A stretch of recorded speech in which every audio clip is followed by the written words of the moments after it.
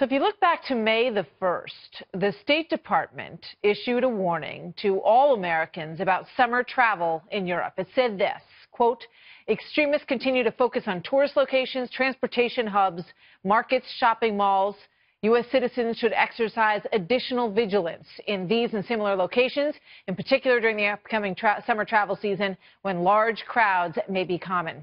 It went on to say that terrorists would likely use vehicles as, quote, ramming devices. And so tonight, here we are with death and destruction in the beautiful city of Barcelona. I'm joined now by Lieutenant Colonel Tony Shaffer, a CIA-trained intelligence operative and a senior fellow at the London Center for Policy Research. And Mia Bloom is a terrorism expert and author of Dying to Kill, The Allure of Suicide Terror.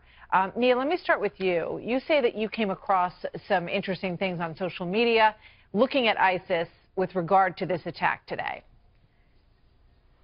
Well, right away when there's an attack, the first thing that I do is I see what is ISIS saying about it.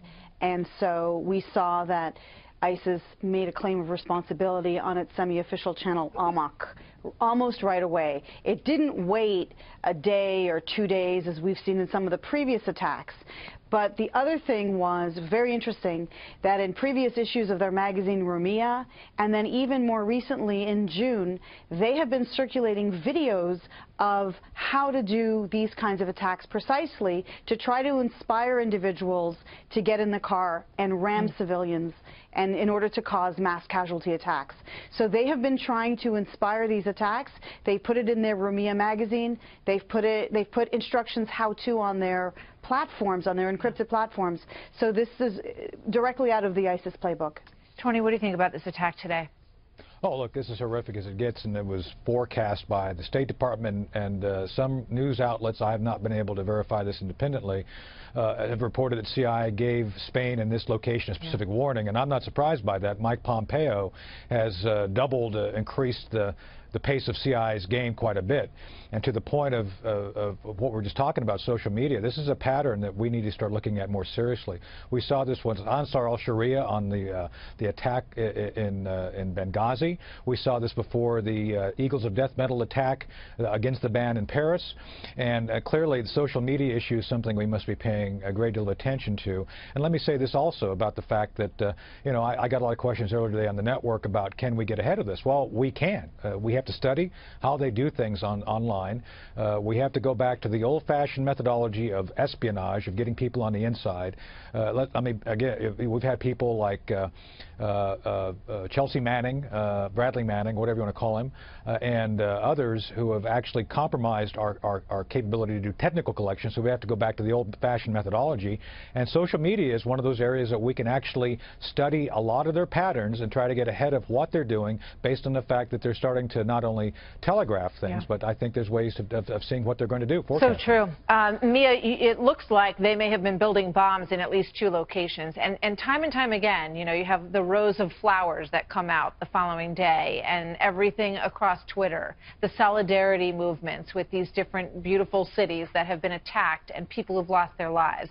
And yet, you know, we start to find out that the people were on social media, that they were looking things up, that they were doing internet searches. So we have all of this surveillance, and yet we can't seem to get ahead. Well, it's also very difficult, added to the fact that many of the platforms that I do my research on are not open API, in the sense that it's not something you could Google, it's not something you have to actually be on these encrypted platforms in these very limited chat rooms. And so I agree with Mr. Shaffer, you do have to do the traditional intelligence gathering, but you have to do so almost undercover on these social platforms, on these social media platforms. But isn't that happening? I mean, I would assume that you know, our intel agencies have the same kind of access that you do to these places. Is there, you know, protections that are in place that we need to rethink? Well, Martha, There is, in part because, sorry, go ahead, Mr. Shaffer, no, please go ahead. No, you're right. You're going right down the path. No, we can't get as much access as she does based on a number of restrictions. This is something I actually met with and briefed senior Pentagon leadership on last year. And I brought in a group of experts who outlined how we're failing in this area. So what she can do as a citizen does not match what we should be able to do. I mean, people at home hear that. Artificial restrictions crazy. and culture. It is totally crazy. But she's looking in the right place, clearly.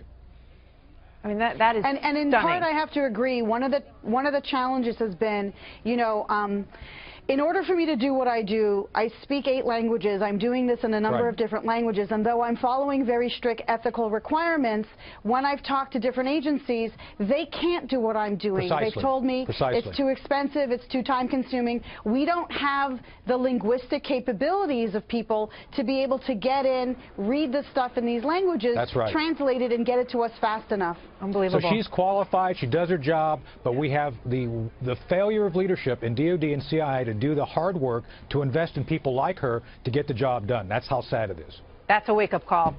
Thank you very much to both of you. Good to see you.